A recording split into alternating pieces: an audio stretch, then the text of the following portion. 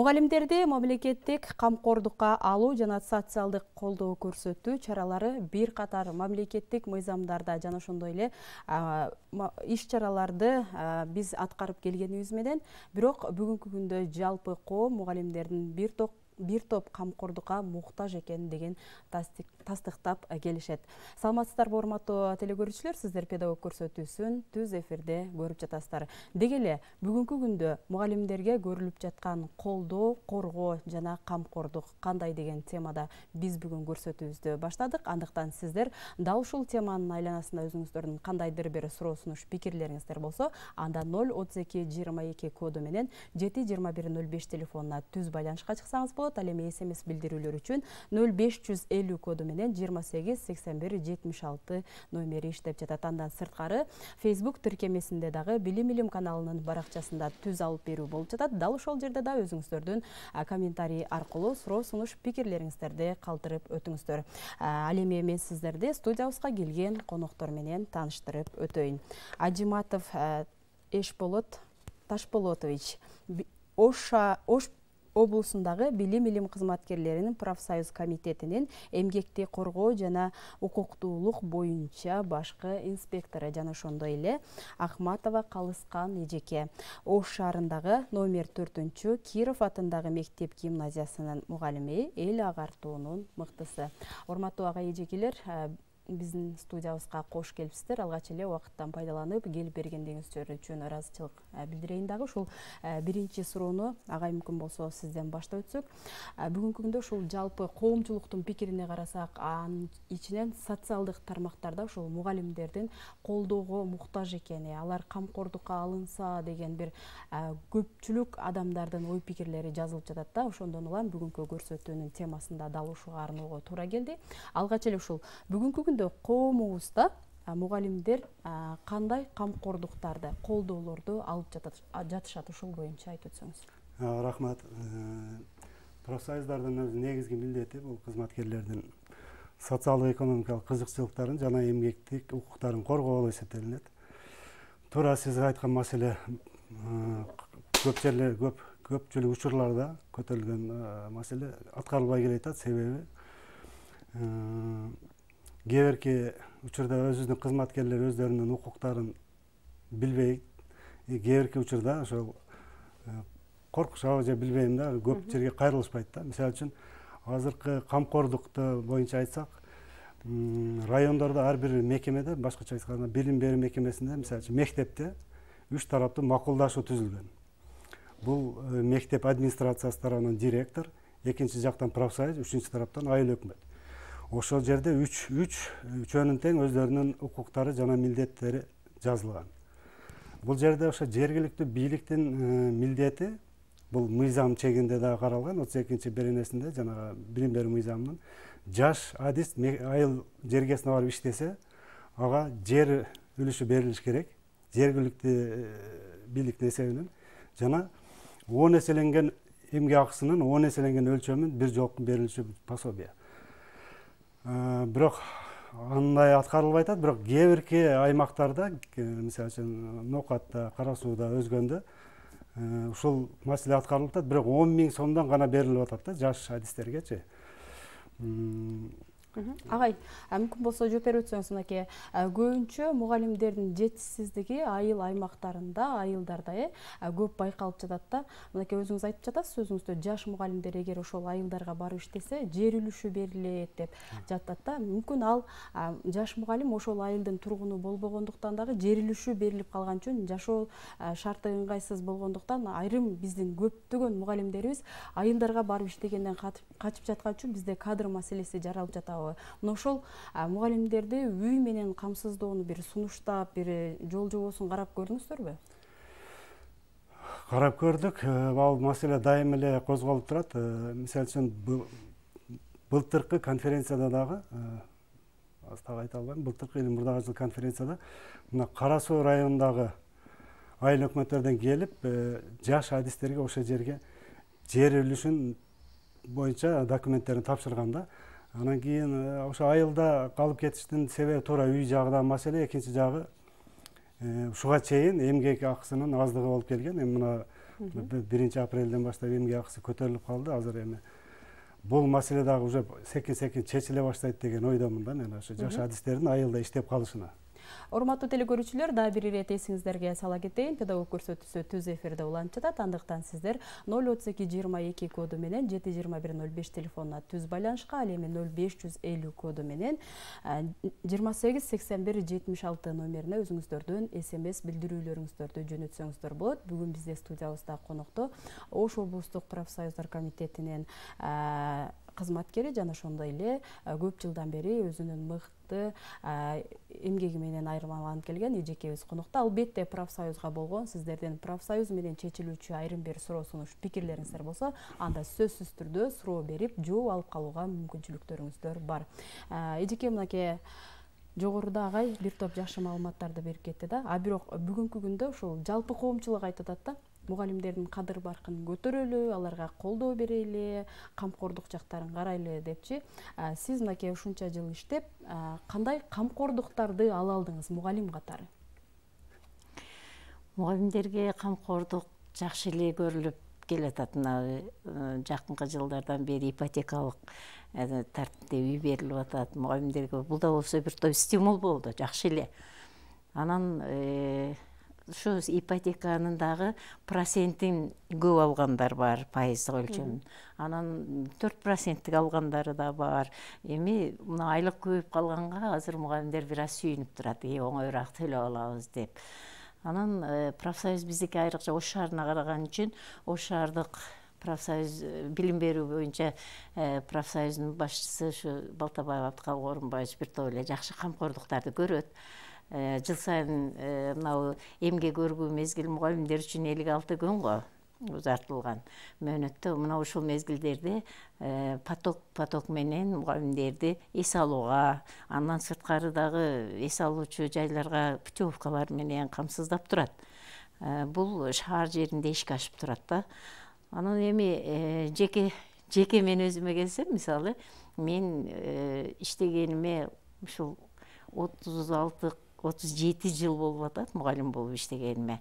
Бирок шаардан чындыгын айтайын, мен шаардан бир да үйдү алган жокмун, жерди алган жокмун. Өзүбүздүн акырындап кичинекейден тыйын-тыпыр топтоп жүрүп алган жөнөкөй гана домдо үйдө турам. Бирок бир дагы мамлекеттен алган жокмун. Биздин көрсөтүүбүзгө мындан мурун да ушул мугалимдерге көрүлүп жаткан колдоо кандай деп көрсөтүү уюштурганыбызда айрым көпчүлүк биздин педагогикалык жамаат жазды эле. Ушул эс алууга, жада калса эс алууга барганда дагы биз эл катары жакшы жерге барбайбыз. Шарттары начар, айрым бир арзан, ушул мугалимге боло берет да дегендей жерге жаткырып коюшат. Ушул маселелерди карап берсеңиздер деген эле. Сиз эс алууга бардыңызбы? Кандай жерде эс ала алдыңыз? Мен бардым эс алууга. Ушул айтып атпаймынбы, биздин Ош шаардык билим берүү башкармалыгына байланышкан профсоюз уюм тарабынан бир топ эле жолу бардым. Жакшы эс алуу болот. Эми баягы өзүң коллектив мугалим болсоң, мугалим менен барган бул жакшы эс алуу болот. Бирок туура эле биринчи жылдарда барган жылдарда биз жанагы атайын билим берүү министрлигине караштуу пансионат бар экен. Мына ушул жерге барганда шарт аябай начар болчу да. Туура эле шарттары начар болчу. Эми арзан кымбатын билбейм, аны профсоюз төлөчү да. Ошон үчүн биз бекер барганыбызга сүйүнүп да, мугалим деген гумандуу калк. Бардыгына макул боло берет. Анан ошого дагы ыраазыбыз го. Агай жогоруда өз сөзүңүздү айтып өттүңүз эле да. Мугалимдер көбүнчө өзүнүн укуктарын толук билбегенден улам айрым бир жагдайларга туш келип калып атышат. Алар өзүнүн басмырланып калышын, кадыр баркынын түшүп кетишин ошондон улам төмөндөтүп жатышат депчи. Айтып өтсөңүз деги эле ар бир мугалим ушул өзүнүн укугун билиши керекпи? Эгер билбеген болсо, ал кайсы жерлерден маалымат алууга мүмкүн? Мүмкүн болсо кыскача эмнелерге укуктуу айтып өтсөңүз да болот. Мугалимдердин укуктары, милдеттери ошол эмгек кодексинде деле көрсөтүлгөн. 20-берене, 19-берене 19-берене кызматкерлердин укуктары, милдеттери, 20-берене иш берүүчүнүн, то есть жетекчилердин укуктары жана милдеттери. Ал жерде так көрсөтүлгөн да, жана эмгек келишим түзүүгө, жана ошол эмгек келишимде кандай шартталган болсо, ошол гана жумушту аткарууга милдет, укуктуу. кээде андай калып атат тилекке каршы, ал сабак только сабак эле өтпөстөн жана башка жумуштарды аткарышка туура келип атат. Бирок негизи ал туура эмес. Укуктарды, милдеттерди кайсы жерден алса болот? Бизге кайрылса, биз дайыма өзүбүздүн сайтыбыз бар. Ошо сайт аркылуу деле ар бир биздин профсоюз мүчө кайрылса, биз жооп беребиз кат жүзүндө. Бизге телефон аркылуу деле чалса, биз ошо өздөрүнүн укуктарын жана милдеттерин толук так гана айтып беребиз. Жана күчүбүз жетет аларды коргоп калышкачы, ошондой басмыр болбойчу. Демек, коргоп калууга да мүмкүнчүлүгүбүз бар деп жатасыз. Эми сизден тагыраак маалымат алайын деп турам. Ушул Ош облустук, сиздердин Ош облусу боюнча жылына мугалимдерден канча арыз даттануу келип түшөт дагы? Анын канчасы ошол мугалимдердин пайдасына чечилет? Ошол арыз даттануулардын жыйынтыктары кандай болуп жатат? Ошого кызыктым эле. Мен как ошо укуктук боюнча адис катары айта алам. Мага көбүнчө көп ошо телефон аркылуу чыгышат, анан кат аркылуу кээде мен айтам, кээде только письменный кат аркылуу жазганда гана барып териштирип, анын укугун коргогонго мүмкүнчүлүк болот да. Анан кээде алар ошо жетекчиликтен коркуп кат жазышпайт, бирок бизге хотя бы жок дегенде ошо өзүбүздүн укуктарыбызды так даана жана ошо мыйзамдардын беренелерине таянып айтып берсеңиз деп калат. Ошондой учурлар көп эле болот. Эми жыл ичинде бир телефон аркылуу көп эле, анан кат аркылуу бир 10 чакты кат аркылуу бир жылына карайбыз. Демек, бир жылына 10 мугалим. 10 гана мугалим. Облус боюнча. Примерно 10-15 ооба. Алардын чечилиши кандай болот агай? Бир да кайрылган арыз жоопсуз калган эмес. Менин өзүмдүн отчетумда да бар, баардык кызматкердин тарабынан чечилген. Эжеке, негизи эле ушул жогоруда айтылып өттү да, кат аркылуу кайрылат деп. Сиз жогоруда айтып өтпөдүңүзбү? Мугалим аябай гумандуу калк, боло берет да дегендей көз жумуп коюшат депчи. Менимче ошол мугалимдердин арасында, окуучулар менен ата энелер арасында, мугалим менен окуучунун арасында, ата эне менен мугалимдин арасында пикир келишпестикте бул байма-бай катталып турат. Андан сырткары мына мектеп администрациясы тарабынан дагы бул катталып калуучу жагдайлар деп кабыл алсак болот да. Мына ушул жагдайда көбүнчө ушул сиздерди коргоочу профсоюз уюмуна кат жазууга белсенгендер көппү, же жазсам деле жыйынтык чыкпайт да деп же айрым бир баягы коомго таркалып кетүүчү маселе катары карап жазбай койгондор көппү? Мына сиз тажрыйбалуу мугалим катары айтыңызчы, жаш мугалимдер ушундай жагдайга кайрылса алар эмне кылып жатышат? Бул атайын профсоюз ар бир мектептерде, мисалы агай айткандай, ар бир мектептин өзүндө профсоюз уюмдар бар да. Ошол профсоюз уюмдардын ичинде атайын этикет комиссиясы бар. Кандай жагдайда кайрылса дагы профсоюз уюмуна жазып кайрылса, мына ошол жерде дагы чечилип калчу маселелер бар да. Чечилет. Мисалы үчүн биздин мектепте профсоюз уюмунун төрагасы аркылуу анын өзүнүн ошол 7 адамдан турган комиссиясы бар. Андай мындай тартыштыктар болуп, талаш тартыштар болуп кала турган болсо, мына ошол жеринен чечишип, анан бири түшүнбөй калса түшүндүргөндөр түшүндүрүп, түшүнүгү жеткенде өзүнүн туура кемчилиги болгонун, же болбосо башка бирөө жетекчилик жагынан ката кеткен болсо, ошол этикет комиссия карап, алар да бири-биринен кечирим сурап, ошол жерде чечишип алууга кудуреттери жетет. Учурда ушул көпчүлүк учурга байланыштуу жагдайды ала турган болсок, агай, көпчүлүк ушул мугалимдердин Facebook'тагы айрым баягы өздөрүнүн бир пикирлерин жазып жатышат. Мугалимдерди караган профсоюз кайда? Анткени биз бүгүнкү күндө учурда мектепти ремонттоого мажбур болуп, мектеп ремонттоп жатабыз депчи. Деги эле сурайын дегеним, мектепти ремонттоо мугалимдин милдетине киреби? Туура. Мен жана айттым, жана эмгек келишимде кандай түзүлгөн болсо, кандай милдеттер жүктөлгөн болсо, ошону гана аткарууга милдеттүү, укуктуу кызматкер. То есть, мисалы үчүн мугалим сабак бериш керек. Все болду, башка жумуш аткарбаш керек. Бирок бул боюнча өтө көп кайрылышат. Мен айтам, жазышпайт. Кээде мындай случайларды көрүп калам, мен эмгек өргөгө чыгышат, каникул башталганда. Алар жанагы ремонт кылууну как эмгек өргөгө чыгып аткандай эле айтышат да, биз уже ремонт кылышыбыз керек. Милдеттүү, алар как обычный эле нерсе болот да. Анан кийин негизи туура эмес бул. Мен ушу сунушум азыркы жергиликтүү бийликте ар бир кызматкердин эмгек акысынан подоходный налог кармалат. Ошонун 100% ошол айыл өкмөттө жергиликтүү бийликтин эсебинде калат да. Анан кийин ошол жана үч тараптын макулдашы бар, профсоюз, мектеп администрациясы, айыл өкмөт деген.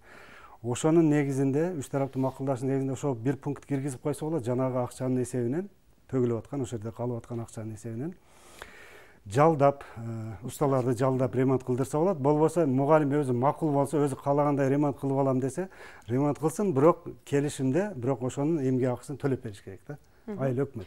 Бирок иш жүзүндө ошол мугалимдин эмгек акысы ремонт кылганы үчүн төлөнөбү? Жок, төлөнбөй келатат да. Тилекке каршы төлөнбөй келатат. Ремонт боюнча сиздерге кайрылган мугалимдер болду? Жок, эч бир мугалим бизди ушундай ремонт кылганга тартып атат, болбосо мажбурлап атат деп эч ким кайрылбай атат. Бирок баарыбыз эле билебиз, министрлик дагы, даже депутаттар да билет, что мугалимдер ремонт кылышат, бирок эч кандай чара көрүлбөй атат да. Алар өздөрү дагы жазышпайт. Алар билсе дагы бир мыйзамдын негизинде бир чара көрбөй атат да, ошо жетекчиликкечи.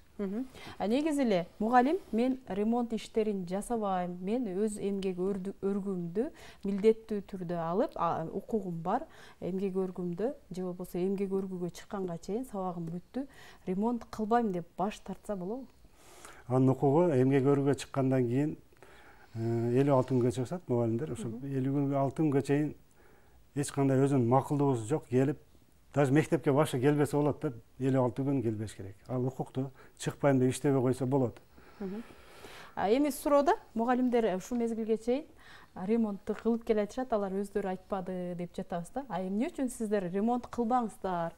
Бул сиздердин жумушуңуздар эмес, ушундай кылыңыздар деп жок дегенде 5-4 мектепке барып түшүндүрүү иштерин жасадыңыздарбы? Мугалимдер деген бири-бири менен тажрыйба алмашуучу эң мыкты калк да, булар бири-бирине биз ремонт жасабасак болот экен деп мүмкүн тажрыйба алмашып, мугалимдер коомду өздөрү мындай үйрөтүп, бул нерседен кутулат беле деген ойдагы. Бул 4-5 эле мектеп эмес, биз семинар өтөбүз, окуу семинар, именно укуктуулук боюнча. Ал жерге мисалы үчүн бир эле Нокат районунан мисалы үчүн 200ге жакын профсоюз мүчөлөрү, башкача айтканда мектеп жетекчилиги или профсоюздар, правкомдор катышышат да. Ошол жерде сурашат ушул маселе боюнча, биз ремонт кылышыбыз керекпи же кылбайсызбы? Биз ошо баарын айтабыз, что эмгек силер эмгек өргүүгө чыктыңар, болду, эч кандай жумуш аткарбашыңар керек. Силердин өзүнүн негизги милдетиңер сабак берүү, тарбия берүү, болду. Ошону менен чектелиш керек. Бирок тилекке каршы билип атышат, азыр көпчүлүгү билет, ремонт кылбаш керек, но баары кылып атышат, эмне себептен экенин. Демек, бунун себебин издеп көрсөк, кимге келип такалат деп ойлойсуз? Себеби, мен ойлойм, ошо жетекчи ремонт кыласың дейт, ал кылбайм деп дештен коркот, или какой-то коркот да, себеби баары бир какой-то бир басым болот деп ойлойм да. Саламатсыздарбы? Биз ушул жумуштарды кылбайбыз десек, бизде мектеп тарабынан, мектеп жетекчилиги тарабынан басым болот. Эгер биз баш тартып ага катуу сүйлөсөк, сентябрдан баштап жумушсуз калышыбыз мүмкүн. Эмне кылышыбыз керек деген суроо келген. Ошол жетекчилик ким мажбурлаган болсо, ачык айтыш керек. Жогорку министрлик бар, болбосо укук коргоо органдары бар. Профсоюздарга кайрылса биз дайым эле колдойбуз, айтабыз. Но ошо бирок кайрылышпай атат да. Аны баары эле билебиз анычы, что аларды заставить этип иштетип атышат. Коомго баары эле белгилүү. Биздин сурообузду угуп жаткан замандашыбыз кайра жазып атат. Негизи сентябрдан ошону негиз кылып туруп ишке албай койсо, бул туурабы деген нерсени коюп атат. Эмгек келишим кызматкер менен түзүлөт. Эгер мугалим болсо, мугалим менен эмгек келишиминде мөөнөтү көрсөтүлбөйт, башкача айтканда мөөнөтсүз эмгек келишим түзүлөт. Аны кандай учурларда токтотсо болот, бир тараптуу. То есть жетекчи кайсыл мезгилде кызматкерди жумуштан бошото алат. Ал 12 пункт бар, бирок ушунусу жумуш мынабул, ушул жумушту аткарбай койдуң деп, башкача айтканда ремонт мектептин ремонт иштерине келбей койдуң же жасабай койдуң деп жетекчи жумуштан бошото албайт. Анын укугу жок анда. Агай, бизге келип түшкөн суроонун көпчүлүгү эле негизи мектеп ремонтун ким жасаш керек деген суроо аябай көп түшүп келатат да. Ушул боюнча айтып кетсеңиз. Мектеп ремонтун ушул маселе өтө чоң көйгөй жаратып келатат да. Мектептин ремонту ким жасаш керек? Же мыйзамда эч жерде көрсөтүлгөн эмес да булчу. Мугалимдер канча жылдан бери жасап келатышат. Дагы жасай беришет. Дагы жасай беришет окшойт да. Ошол жерде мыйзам аркылуу министрлик тарабынан же өкмөт тарабынан бир конкреттүү мыйзам чыгарып, ошо бир немеге жүктөш керек да. Демек жүктөш керек болуп атса агай. Ушул облус бир чоң облустун мугалимдерине атынан аларга камкордук колдоо көрсөтө турган мекеме катары сиздер облустук профсоюз комитети эмнеге билим берүү жана илим министрлигине же өлкө башчыбызга ушул биздин ушул коомдогу ушул көйгөйдү карай турган адамдарга сунуш иретинде деле кат жолдодуңуздарбы? Бизде жана айттым, үч тараптын макулдашуу бар деп. Ошондо ушул пункттар бар. Кызматкерлер, мугалимдер эмнеге укуктуу жана эмнеге милдеттүү. Ошол жерде да ушундай маселелер ар биринде көрсөтүлгөн. Кызматкердин укугу мына мажбурлоо, мынага немеге түртпөө деген маселелер каралган. Бирок ошол макулдашууларда кээде ушундай эмне себептен финансылык жактан же аткарылбай келе жатат да. Биз бирок кайрылып атабыз. Дагы бир суроо бар бизде. Мүмкүн болсо суроодон кийин эжеке кошумчалап өтөсүң. Саламатсыздарбы? Негизи пенсия жашындамын. Мени жумуштан кет деп жатышат. Мына ушул кандай? Негизи мени пенсия жашындамын. Мектептен кет дегенге укугу барбы жетекчиликтин дегендей суроо. Бизде пенсионерлер иштебесин, пенсияга чыккандан кийин кетсин деген мыйзам да жок. Эмгек кодекси, биздин негизги мыйзамыбыз эмгек кодекси. Эгер кызматкер менен ал пенсияга чыкканга чейин мөөнөтсүз эмгек келишим түзүлгөн болсо, мөөнөтү көрсөтүлбөгөн болсо, ал эжекебиз же агайыбыз пенсияга чыкса дагы иштей берет. Эгер өзү макулдук болсо гана эмгек келишимин өзгөртүп 1 жылга, же 2 жылга, же 3 жылга эмгек келишим түзүп алса болот. Бирок негизи иштен кет, сен пенсияга чыктың деген бул туура эмес. Пенсия жашына такап, аны иштен кет дегенге эч кимдин акысы жок. Эжеке мүмкүн болсо ушул ремонт боюнча сүйлөйүн деп жаткансыз.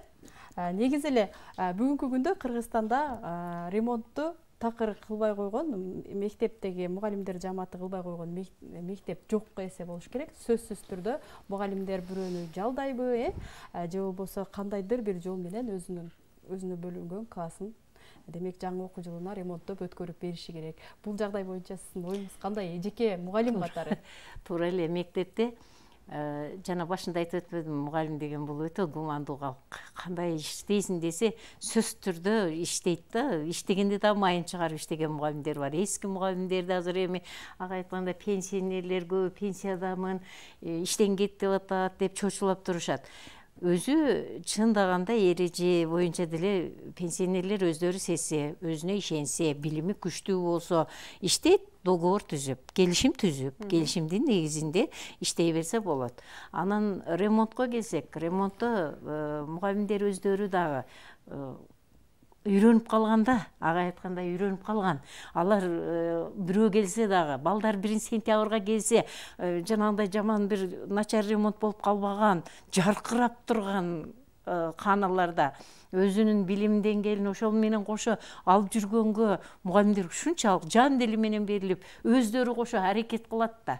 Анан мугалим деген ушундай калк болот экенбиз да. Сөзсүз түрдө аткарып үйрөнөбүз да. Аткара алабыз. Аткарат да сөзсүз түрдө. Милдеттүү болсо дагы, башка укугун билип турса дагы аткаргысы келген мугалимдер бар. Мисалы үчүн бирөөнүн канасы кабинети, өзү турган кабинети ремонту жок, бир башкача болуп турса, мугалим деле ал жерде бир мындай бир жеткиликтүү сабак өткөнгө, өзүн бир мындай жакшына сезгенге, мугалимдик катары сезгенге мүмкүн эмес да. Ошон үчүн баягы усталарды жалдап салат. Азыр бизде, мисалы үчүн биздин Киров мектебинде бир да мугалим өзү ремонт кылып аткан жок. Өзү ремонт кылгандар. Булар өз эрки менен ремонт кылгандар. Жанагындай бир нерсе канаттанбай өзү жасаган. Жогоруда айткан айлык майына төлөнбөйт.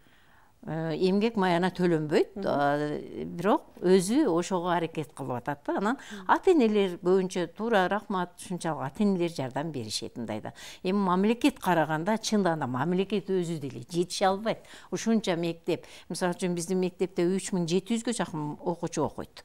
Эми ошол корпуста, ошол жерде бир күндө 3700 окуучу кирип чыккан мектептин акыбалы кандай акыбалга келип калат, элестетип көргүлө. имараттыгынан эле чыдап турат ал жерде. Дагы бир суроо келип түшкөн. Демек жетекчилик мугалимдерди ремонт кыласыңар дегенден кийин мугалимдер атайын бирөөнү жалдоо үчүн ата энелерден акча чогултуп жатат. Мына ушуну дагы бир кандай болушу керек чечип айтып койсоңуздар, ата энелерден эле ала бергенге бизге дагы шарт туура келбей жатат дейт. Менимче мугалим го.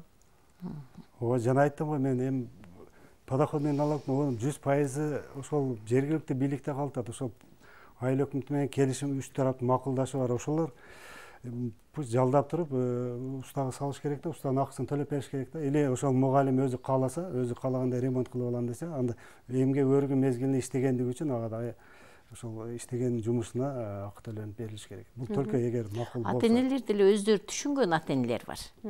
Анан түшүнбөгөн кээ бир ата энелер бар. Туура, мен укуумундай, мен баламды берип үмүтпешим керегинти. Кээ бир өзү ата энелер, кээ бир өзү жөн деле кайрымдуулуктар жасап атышпайбы? Мечиттерге барып деле кайрымдуулук жасап атпайбы? А мектепте эле мечиттен улуу да. Мечитте эле кадыр баркы бар мисалы да.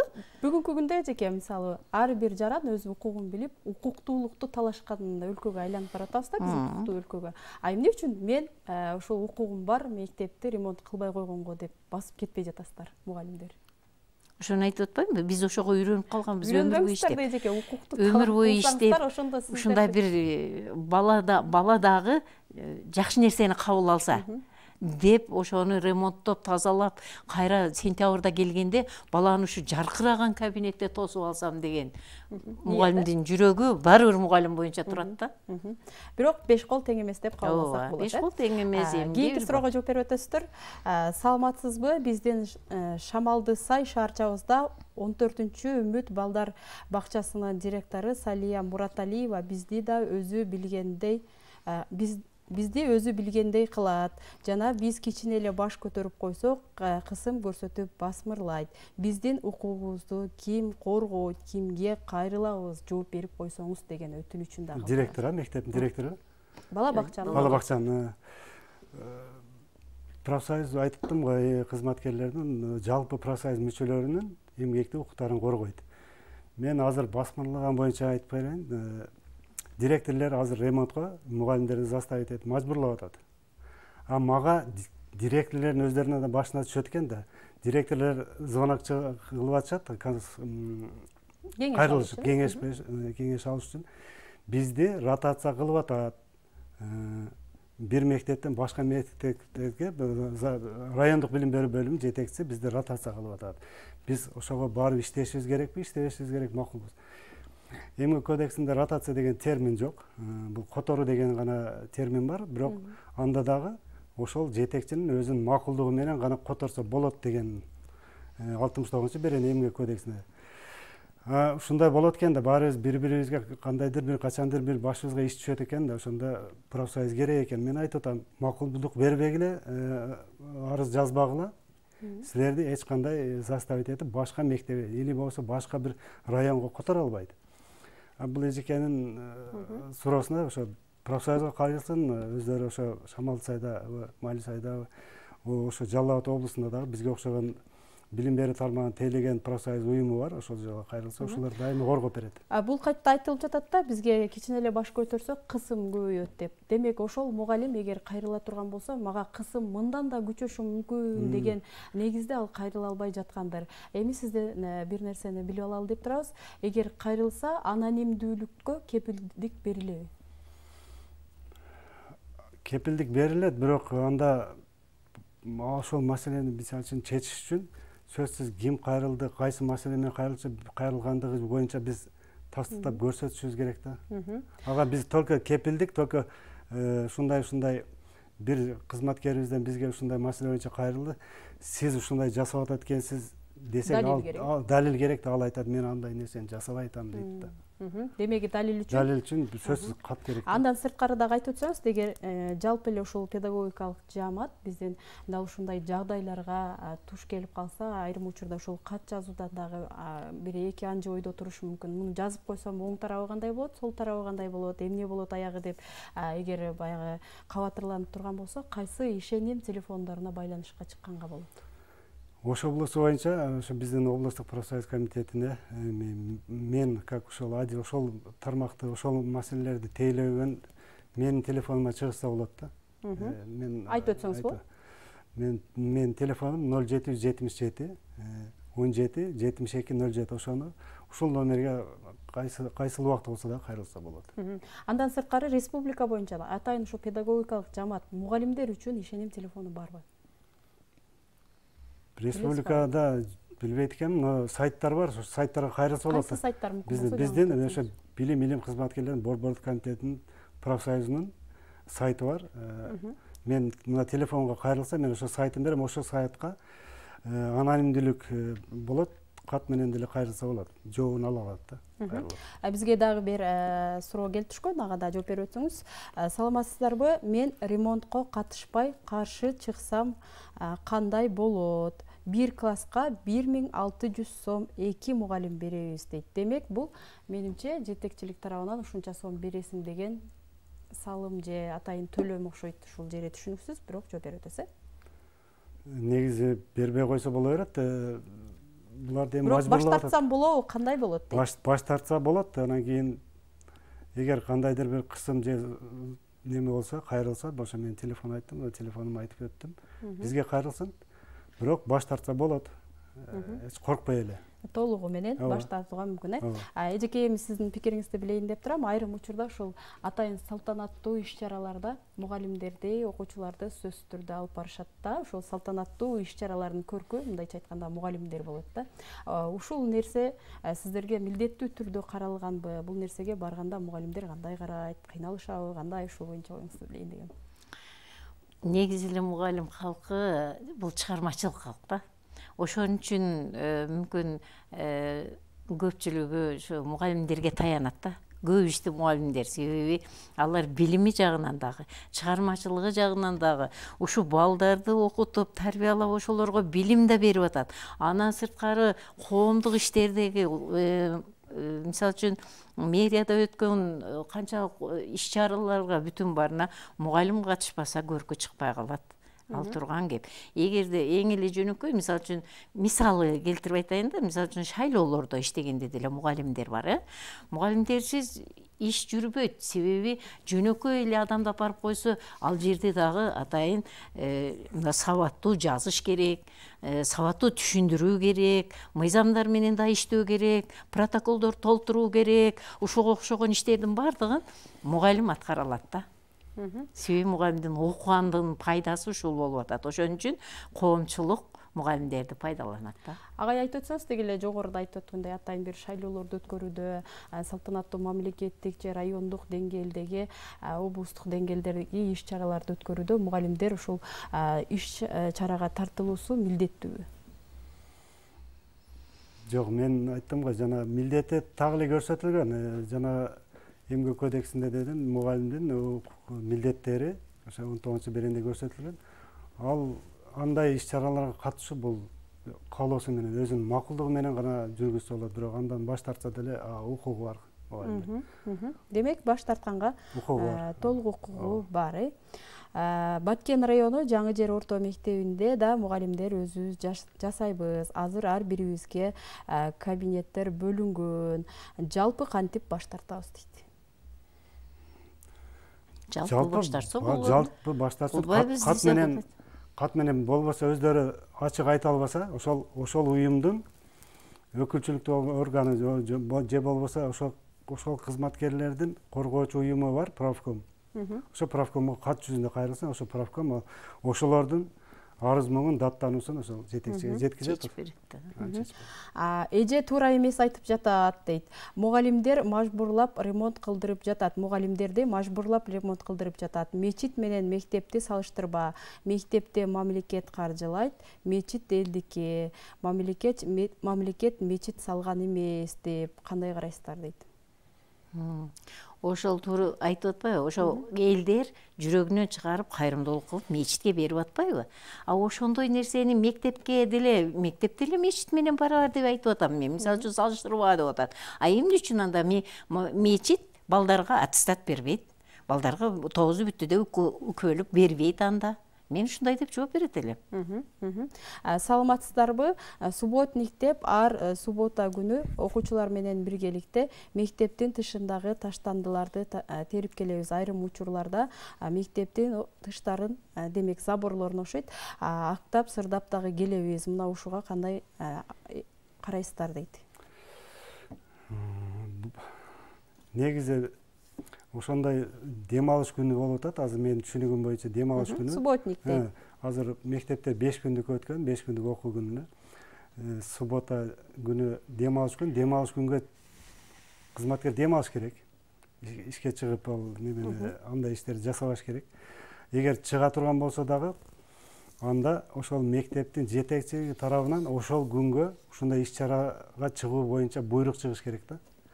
Эгер кокустан ошол субботникте иштеп жатып бир кандайдыр бир кырсык болуп калса, анда бул дем алыш күнү, буну эч ким айтат да, эч ким заставить эткен жок, өзү келип эле ушундай жумуштар кылып, эч ким жооп бербей калат да.